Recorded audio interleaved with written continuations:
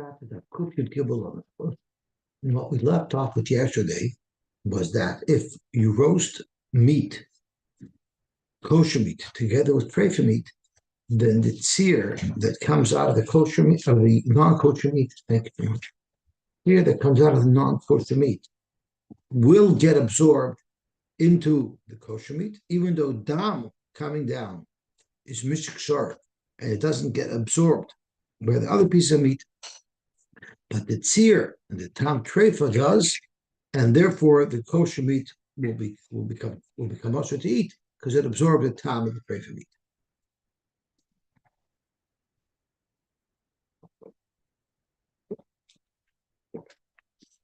So that took us to Mesei, which is the fourth line from the top on the Kufyud Gimel Amud.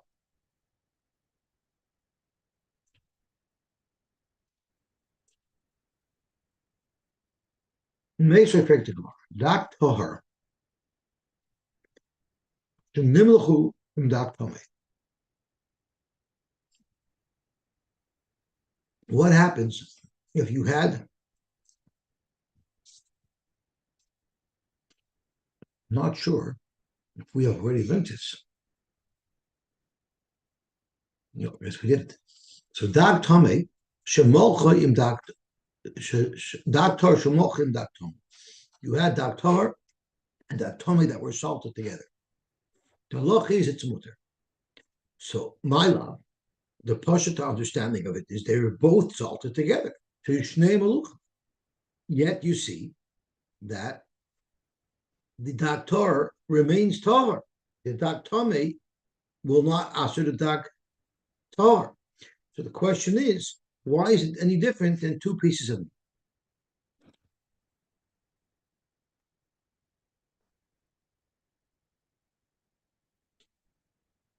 Zog the Gemara, my lab, Shnei Maluchim. Side the Dak Tomei and side the Dak Tor were both salted, and we see that the tzir of the Dak Tomei does not impact the Dak Tor. Zog the Gemara, that's not the case of the Brisa. The bird that was, the dog that was tahar, that was salted. But the dog Tomei was sitting there, but it wasn't salted.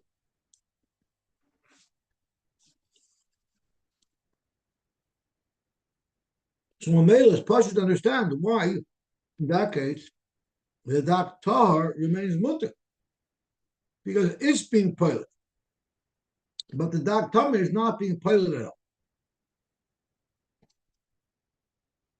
Practical more of Amida Katani Seifa. The Seifa says, Avulum Hayatar Meliach, Vitame Tafel, but if the tar was salted and the Tomei wasn't, that's where it's a mutter. So it's masha that the first case is where they're both salted. So we're no lavdafka. Pirusha kamafarish.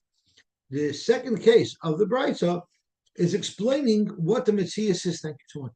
What the Messias is in the first case. As follows: the Brisa starts. The kosher fish that you salted together with a tomei fish, with a trefa fish, will be mutter. Ketzah. Under what circumstances will it be mutter? And now you have the second case of the Brisa. Zoyatahar meliach v'tomei taf. So to Gemara, hakanami mistaf. Even without this kasha, anyway, just looking at the Brisa itself, it's logical to say that that's the case of the Brisa. Why? If the Reish is telling you that even if they're both salted, still the Dak Tomei does not impact the Dak Tar. Hashta in the Reish where it says Shnei Maluchim, sorry, the Dak Tar is mutter.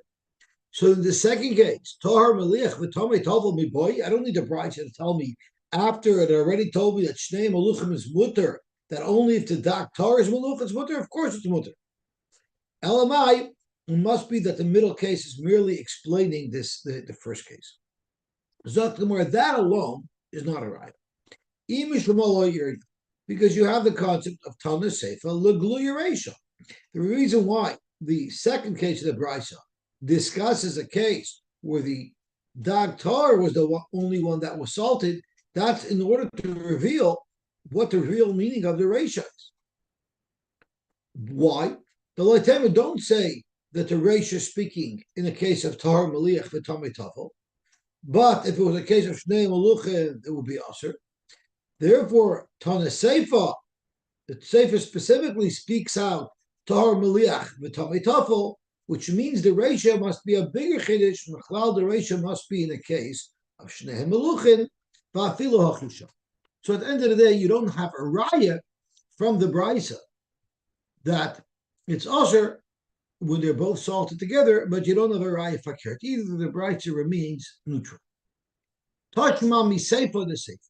There's a third case that's in this Brisa that we have not yet introduced, that's going to reveal what's going on. What does it say in the Seifa the Seifa?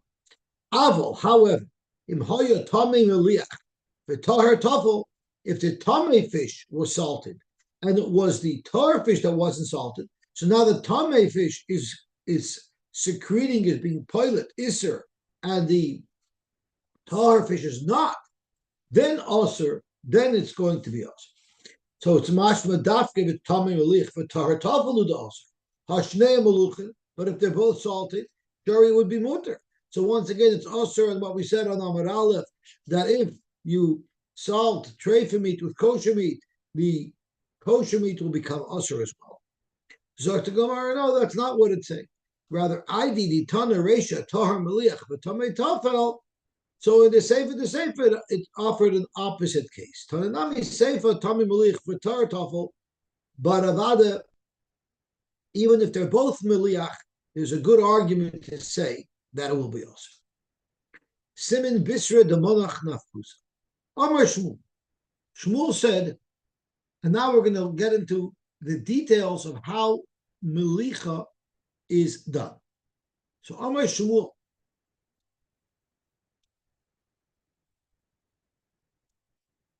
You're not going to be able to get all of the dam out of the meat. You have to first salt it really well of all its surfaces. And then after that, umadicha yafa yafa. Then you got to rinse it all off. Itmar. Rafun Omar, Maileach, umadiach. It's a two-step process. You salt and then you rinse. But b'masnisatana, in the Brisa we learned, mediach umaileach umadiach. You first must rinse it, then you salt it, and then you rinse it again. So the question here is, the discrepancy is must the meat be rinsed before it's salted? Zok Gemara, everybody agrees the meat must be rinsed once before it's salted. The butcher who bought it from the shaychet had already rinsed it before. When he bought it pre-rinsed, because I guess the minig is that the shaychet, before he releases the meat, he will rinse it first. Or the individual who buys it from the butcher, at least even if the butcher didn't salt it, the butcher would have surely rinsed it before it should look nice. So therefore, you could start with salting. You don't have to rinse it first. With the bride that says you need to rinse it first is speaking where the butcher normally didn't rinse meat before he sold it. So therefore, you would have to rinse it before you start. But everybody agrees that the proper salting process is first the meat is rinsed, then it's salted, and then it's rinsed off. He used to use what we call kosher salt, with thick, big pieces of salt. And then he would shake it all off. So the question is, does it have to be thick salt or thin salt? So Rashi learns that thick salt is good, but thin salt is even better.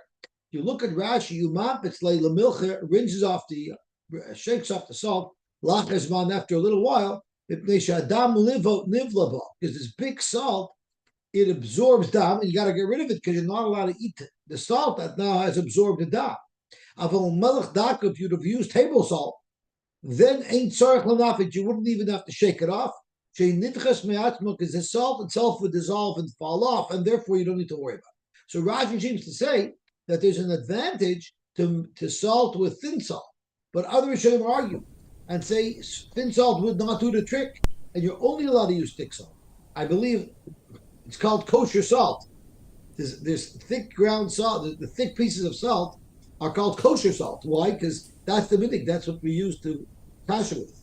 Dovi, you would know. With the kasher, I'm sure they didn't use thin table salt. They used thick salt, right? It's definitely coarse salt. And I don't understand Rashi's point because the salt itself, if it was table salt, not only would it not have, it wouldn't absorb the blood, but it would just go inside the meat. It wouldn't even, you know, what I mean, it wouldn't even do its job.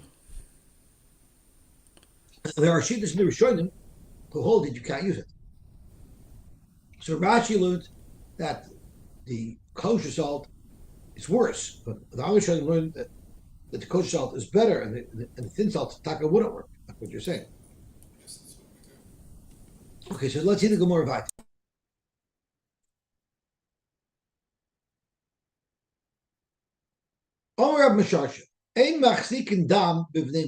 The intestines of an animal don't have dam in them. So therefore, let's say you were salting an animal and you found a kishka inside it that was salted or not salted, doesn't matter. It's not a problem with it because there's no dam. You don't have to worry about it. Zog to Gemara. Tirgama, it's not the entire inside of the animal, only a karkasha. The karkasha is known as what's it called? The rectum, or the colon. Uma'aya is the small intestine. The hadu the kinsa, and then there's a place where the small intestine wraps around some fat. It's not that we're talking about. Now, what about the four stomachs? So if you look at Rashi, Rashi says, in fact, that it includes the four stomachs as well. Although we don't paskin like that. We paskin that those stomachs definitely do have dam in them. So Rashi says, under Vikakasha to Vachaya, Aval Halei Vareya, the heart and the lungs, Vakave, and the liver, they for sure do have. The cancer gufa and also some part of the intestine will have dam in it. Yesh v'dam u'trichen limalik. This is a Metzias. Why would there be a machlekes on a Metzias? Oh, I guess the machlokes usually is tied to they all have dam. Everything has dam in it. The intestines have to have dam. It's the dam that are absorbing the nutrients from the food that the intestines are squeezing out. It probably is. There's so little dam in it that it's not a concern because it will remain inside the tissue. So isn't there is there a shear as to how much dam you can consume? I guess there's a sheer as to what level of absorption. Like we'll all agree that a liver has a much higher absorption of dam than standard meat. The level of absorption of the dam in these components might be low enough that they're below the threshold of being worried. Now, not that you could eat it, but we're not worried that they're going to come out because dam that remains in the ivorim you're allowed to eat. But if it has such a little concentration, we're not worried it'll come out when you're cooking because it's so little. That's the only way I can understand it, because like what you're saying, can there be a machlokes and metzias of how much dam there is? Probably is. We know they all agree how much there is. The question is that small enough that we don't need to worry that it'll come out in cooking? So Zog to Gemara, Amar Shmuel. Shmuel said, Ein manichin baser meliach ella al gabe kli menuk. This we had earlier. You're only allowed to leave salted meat on a rack that the dam could drain off of, not in a container that the meat would end up soaking or melich kareseiching in this bucket. Zok Gemara, Rav Sheshes molach le garma karma. Rav Sheshes was makbid to only salt one piece at a time. Zok Gemara, trey my time aloi. Why wouldn't he salt multiple pieces together? Mishum deparish mehach ubalahai, because we're afraid that the dam will leave one and will absorb into the next. Well, then even one piece of meat you would have the same problem. Chadnami parish mehagis ubalahagis. Dam from one side will drain to the other side and be absorbed. Ela loishna, we don't say that dam mishuk and avada you're allowed to salt a whole pile of meat together, as long as it's sitting on a rack where the dam could drain off. That's what we did. Omar Shmuel, Mishum Rab Chia. Shmuel said in the name of Rab Chia, Hashover mafrakta shal behema kodim shetetinaf. Normally, after the shchita, the animal itself rids itself of much of its dam because the heart's still pumping and the dam is shooting out. So the amount of dam left inside the animal, that's enough for the salt to get rid of. But if you broke its mafrekas, which now stops all that pumping and everything stops dead, that'll make the meat very heavy because it'll have a much higher saturation of dam in it. The goyzelos of ribs. Now, when you're selling meat as a butcher, a big slice of steak that would normally only weigh a pound could now weigh a pound and a quarter because it has a higher concentration of moisture of dam in it. So you're actually stealing because someone buying meat from you thinks he's getting more when he's actually getting less, because by the time he finishes salting it and extracting all the dam, it's going to be a much smaller piece than what he anticipated to buy. And umavliya dam bevarim, it also, of course, makes more dam be absorbed into the tissue of the meat. So Iboilu, the Gemara wants to ask, what exactly is Shmuel saying? Heichika Amar, Machmed es Abasar, the Goizel Sabrias Mishum de Mavliya dam bevarim? Is it only a question of Choshe Mishpah? Because there'll be a high concentration of dam, which will come out if you salt it, but what you're doing ultimately is making the meat weigh more artificially, and that's gzela. But holiday shopper dummy. But if it's your own animal that you're not selling, there's no problem. You could salt it, and the dam, even the increased amount of dam will come out. Or maybe what it's saying is and even for yourself it'll be a problem because you'll never be able to get the dam out with salting when there's such a high concentration, and therefore the meat itself will be us. That's the Gemara take. We don't know what Shmuel meant. Gewaltig. Tosfos makes an important point. He makes a very important point. We have a case of a kosher fish that was salted together with a non-kosher fish, and if the non-kosher fish was not salted, only the kosher fish was salted, then the halach is the kosher fish remains kosher.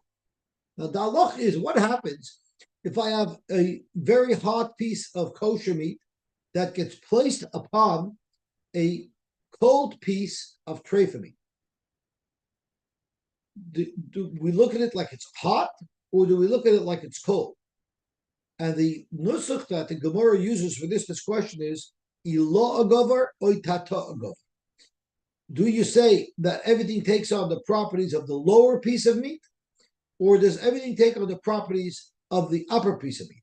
So if you hold ilo agover and a very hot piece of kosher meat is sitting on top of a cold piece of treifa meat, if you say ilo agover, you look at it like it's all hot, and that the top meat now absorbs everything from the bottom meat, and the kosher meat becomes saturated with tam of treifa meat, and the whole thing's awesome.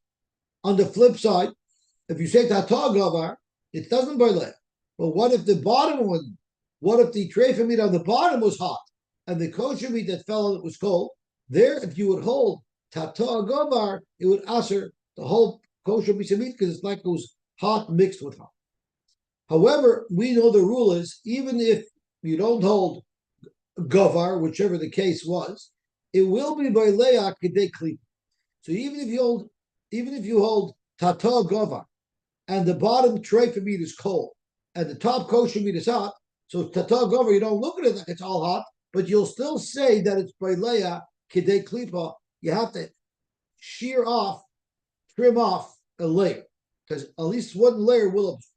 So for Tosfos, we know the rule Meliach Karaseach, which is what we're discussing. So in the case of Tahar Meliach, the Tamei Tafel, we say it's mutter because the Tafel Dika meat that's not kosher is not excreting because it's not salted.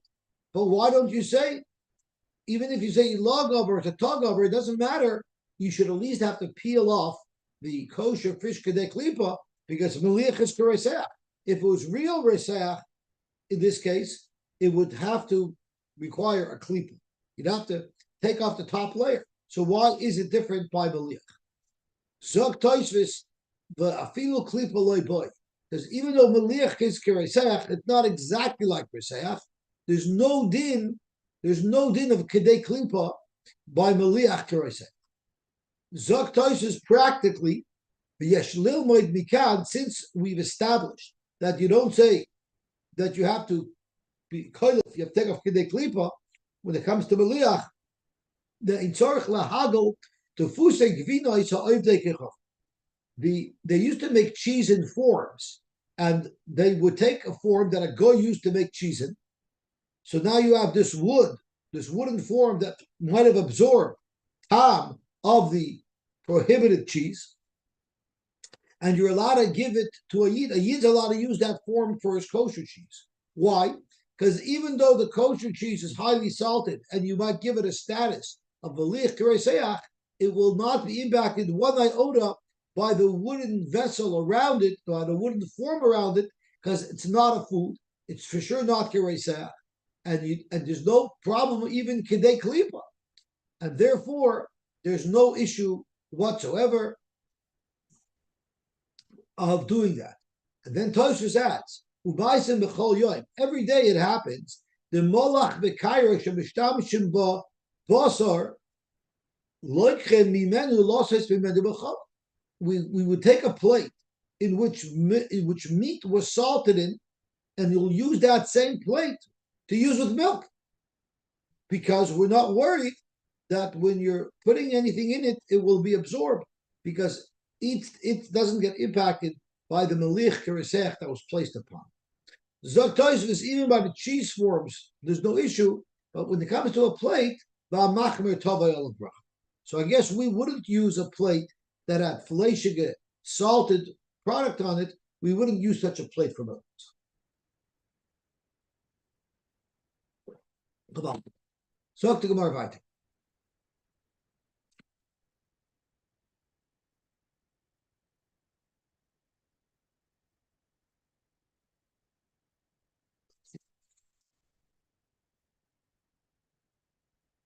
Tosha says another very important thing. We said that the intestines don't have dam in them, and if you didn't salt them, they'll be kosher. Zok Tosfos, ein lesser mitam zel lemloyach b'nei ma'ayim im shar basar. So you might think now, if I salt b'nei ma'ayim together with basar, since the b'nei ma'ayim are not being pilot because there's no blood for them to be pilot, maybe they're going to absorb the dam from the salted meat that's around it. Zok Tosfos, we don't need to worry, because you still have the concept of dam mishrik sharik. Dam doesn't penetrate. Even if you have kishkis that aren't being pilot, it will still be protected from dam going into it. However, that's only dissolved dam that was extracted from the other pieces of meat from the salt. But if you pour real blood right on top of the meat that's being salted, there you don't say mishrik sharik. So therefore, you cannot spill dam, direct dam right on meat that's salted.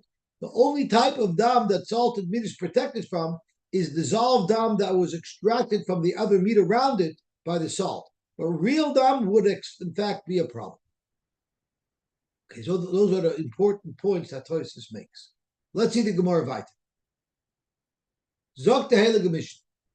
Hamayla esa oif imagvina alashor. If you have on the same table chicken and cheese, there's no isser. There's no isser just putting it on the table. Zok Gemara, it's mashma, only putting it on the table together is usher. But but eating gavina with oif would be usher.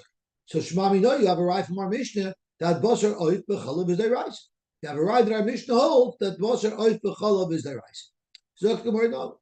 Ema, maybe what the Mishnah is saying, hamayles oif makvina la shulchan einoi bolu deisas. It can't even come to a. It can't even lead to a loisasa, because even if you would eat it together, it wouldn't be asher b'deirais. Zok the Heilige Mishnah. Basar be'emet Torah b'chalav be'emet tahir. That is the case of lois avashal gedi b'chalevimoy. If it's a behemoth Torah with milk of a tahor animal, that's also lavashal. And if you cook it, it's also bad. Basar behemoth tahora, b'chalav behemoth tmeya. What if it's milk from a non-kosher animal? Or basar behemoth tmeya b'chalav behemoth tahora, or kosher milk but with non-kosher meat? Mutter lavashal. There you're allowed to cook. There's no issue basar b'chalav there, and it's mutter b'hana as well. Rabbi Kiva Aimer, never mind non-kosher animals. Even the chayav ba'oim eino min atayim. Midaraisa, there's no issue basar b'chalav with the basar of a chaya or the basar of a knife. Shenemar, how do I know this? Because it says lois tevashel gedi b'chalev imay, and it says it 3 times. Gimel pavim. Prat lechaya. One gedi says a gedi, not a chaya. One says a gedi oif, not a oif. One says a gedi, not a behemoth tamei. Now the question is, if you have it says gedi, so maybe it's only a goat. Why is it that there's an isur basar b'chalav by other animals, by other kosher animals? So the Gemara will bring a limud to prove that it includes all kosher animals, not just a gedi itself. Zok to Gemara, Rabbi Yosy Glili argues on Rabbi Kiva, and he says, "Never loisaychlu kol nevela." In one of the 3 psukim that says loisavashel gedi b'chalevimoy, the pasuk starts off talking about the isur to eat a nevela. So there must be some connection between the isur of eating a nevela and the isur of basar b'chalav. It says loisaychlu kol nevela v'never loisavashel gedi b'chalevimoy. We dash esh she'asur mishum nevela. Only a kosher animal, which will only be asur because of nevela, such an animal also lavashal b'chalav. But oif she'asur mishum nevela. So therefore, but a behemoth tameya, which is also a behemoth tameya, even without being in the nevela, it's also there's no din basar b'chalav. What about oif she'asur mishum nevela yochel yeyasur lavashal b'chalav? Maybe there should be an isur deraisa of basar oif b'chalav as well, because there is something called nevela of oif tar. Dafka in the milk of its mother, so it has to be meat that the mother of this meat would produce milk. Birds don't produce milk, so therefore basar oif is excluded from the isur of basar b'chalav according to Rabbi Yosy Glili. How do we know that gedi includes all animals, all kosher animals? It includes cows. How do we know that? Omer Abelazar, Omer Kra. But Yishlach Yehuda, it's gedi ha'izim. When Yehuda was sending to the woman who he thought was a Zoida, to Tamar, it doesn't say he said to her gedi. He said to her gedi ha'izim. Very descriptive. So to teach us, let's turn out Amud Beis.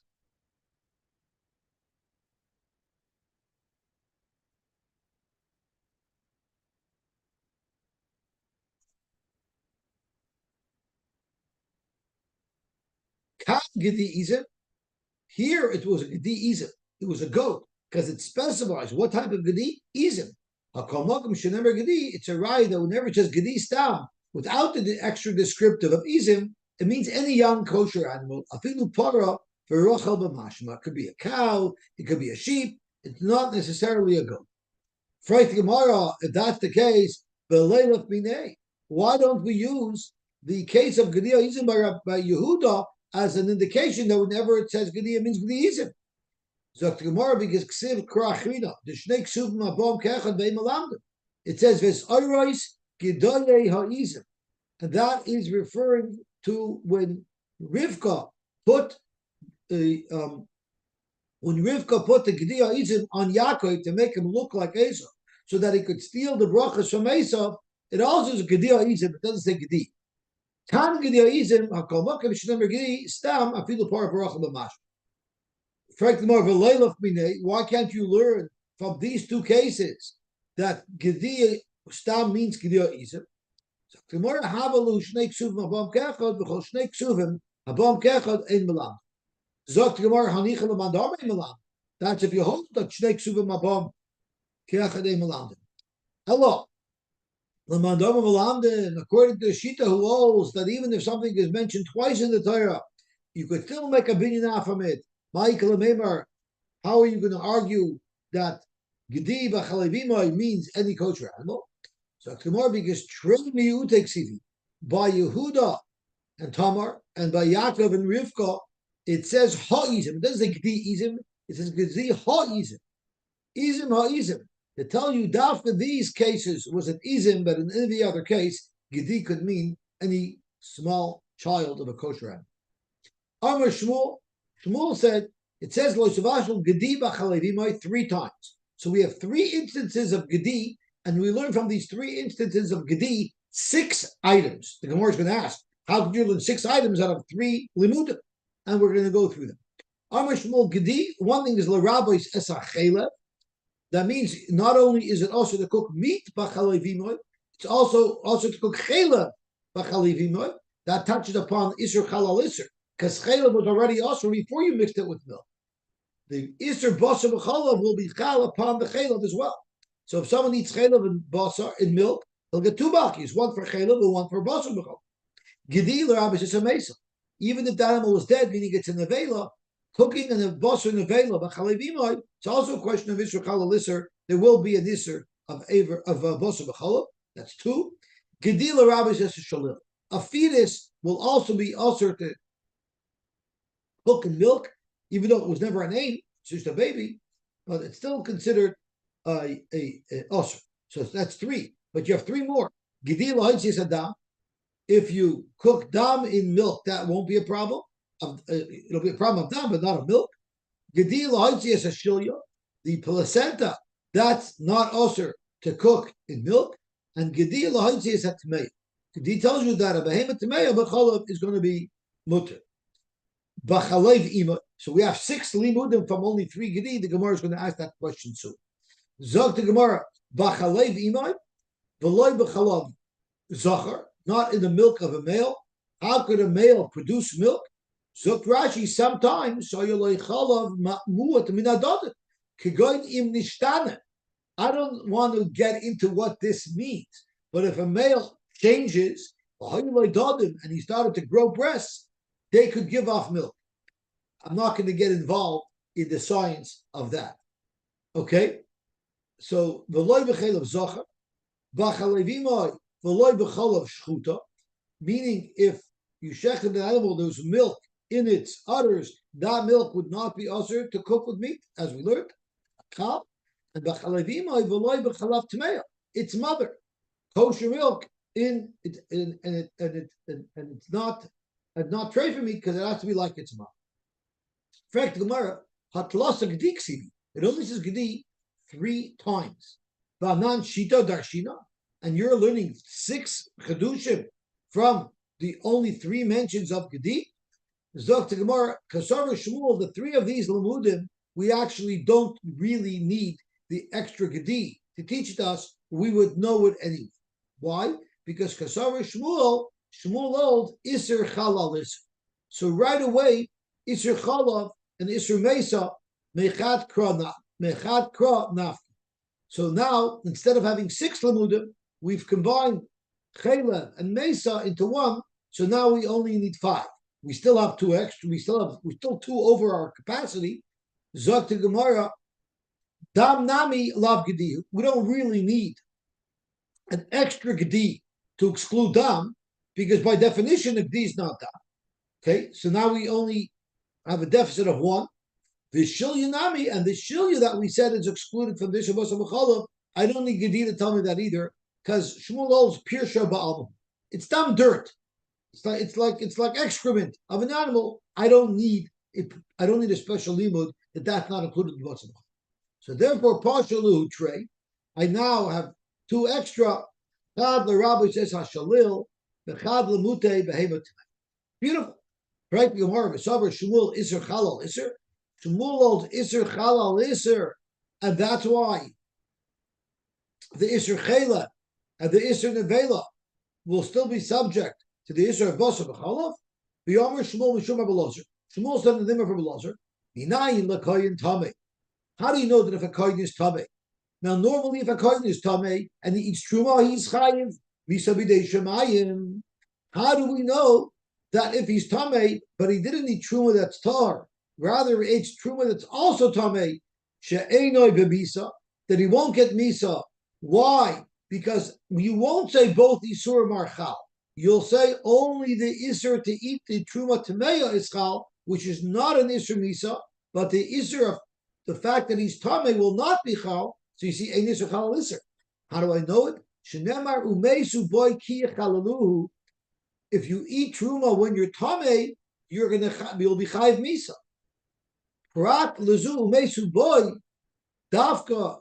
If you have truma that's pristine, that's tar, there's a chayiv misa. Prat lezu shemichuleles vo'imedes. But truma that was already tamei, that if a kohen tamei eats it, he will not be chayiv misa. So you see the concept of einis or chalalis. Zok to Gemara, Iba Yisema, we can infer this in multiple ways. 3 ways. Iba Yisema Ba'alma Isur Chalal Isur. Really, he holds Isur Chalal Isur just as we see by Basar. The shiny awesome, but by Truma, there's an exception to the rule. The Midrachmanu Meisubai. Sure, under normal rules, the baseline is that you'd be Mechuya for both. But the Pasuk says, Meisubai, over here there is no Din Misa. So therefore, even without Isur Chalal Isur, the Torah excludes it. Maybe Shmuel holds like what he says, Lagabi Akoyin Tomei eating Truma Tamei, where Ein Isur Chalal Isur. And the exception rather is Basar B'Chala. V'shani Hacha, the Rabbi Rachman Gedi, you have a Pasuk Gedi to be Marbit. V'Yibayisema or Hadidei Hadarabe. Shmuel himself holds Isur Chalal Isur. That he quoted by Truma Tmeya, that according to Zat Chayiv Misa, that was Mishum Rabbi Lazar. That was in the name of his Rebbe. So therefore, it's not a kasha. Rashi speaks out that when Shmuel said it in the name of Rabbi Lazar, Shmuel never lived with Rabbi Lazar. Lazar was 2 or 3 generations before Shmuel. He was saying over something that he heard in the name of Rabbi Lazar.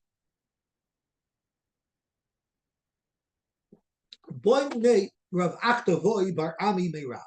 Rav Achtavoy bar Ami asked the following question of Rav. Mavashal b'cholov gedi sheloi hinikama. B'chalei v'imai means the milk of a behema that gave birth to an animal and now produces milk. That's why it's imai. What happens if an animal produced milk but it never nursed a baby? And Rashi tells us that if an animal is pregnant, or even before it gives birth, it does have certain secretions from its udders, and therefore that's the milk that we're talking about. Omer lei, I have a pashut answer.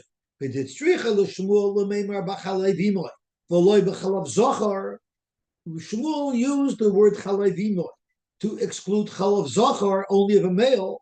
That would tell me that zachar who delay also lechlawein. He's only excluding the milk that comes from a male because a male animal will never be able to be a mother. That's also a good indication of the truth that a male can never give birth. A male cannot get pregnant. Aval high, but this female animal that just didn't give birth yet, even the balach haleim, since eventually it will be a name, also its milk is also to cook. Itmar, we have another shot. Hamavashul chala. What if you cook chelav b'chala? So we have already from Shmuel who holds you'll be chayiv, but we have Achmochlokis discussing this very same Shabbat. Rabbi Ami and Rabasi, who, if you remember from a couple of blot ago, were both kohanim, and therefore they didn't have to wash. They were able to hold things in the shmatiks. Kohanim's reasoning. Rabbi Ami and Rabasi chad omer loike. One says you get malchus, is chalal iser. Chad omer eno loike. You wouldn't get malchus. Maybe that's the machlokes. The madavar loika kashavar isur chalal isur. So this was a machala will be chalal the isur chela. Umandar no loika kashavar isur chalal isur. So if we're like that's not necessarily what the machlokes is. Rather the chula alma ein isur chalal isur. Everybody can hold ein isur chalal isur, and therefore achila the chula alma lo pliki de lo. There's zichur no malchus for achila because there's already the isur achila on the chela without the dosa b'chol. But keep pliki their machlokes is about bishul. Is there malchus if you cook them together? It says lo savashlo gedi b'chalavim.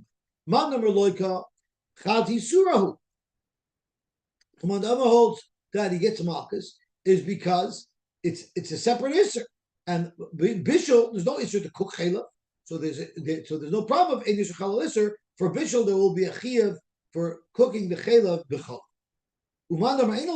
Even for the bishul, holds lahachi after achmona lachila b'loshon bishul. The Torah was really talking about eating it, but the Torah expressed this or articulated this with the lashon v'leisavasha to teach us something that's very important. Let's go on to Daf Kuf Yud Dalet Amar Aleph.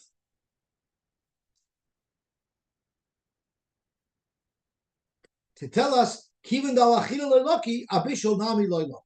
Since there's no Malchus for Achila, because it's in your Sechal Lisser, there won't be Isser for Bishol either. But Vikadami Punk Fakir, Abishol Kula Amalai Pligi the Lucky. Everybody holds, you do get Malchus for Lucky, because there's no Sechal Lisser when it comes to Bishol. Kipliti Achila, there's a Machloik, there's Guf on Achila. Mandar in Loika, it's because the Isser Chalal Lisser. Mandar Loika, because Agav, that you're Loika for Bishol, you will get Malchus for Achila as well. Lochi Afkar Achmana, Achila B'Lachim Bishol, Kivin Da Bishol Lucky, Achila Nami Lucky. The boys say my simple teretz, Mara Merchada, Mara Merchada Pligi. The Madam holds you don't get Malchus is speaking about Achila. Madam holds you do get Malchus is talking about Bishul. Okay, we'll stop here, and Bez Hashem, we will be Mamshech tomorrow. Everybody should have a good gebench to Shabbos. Ech.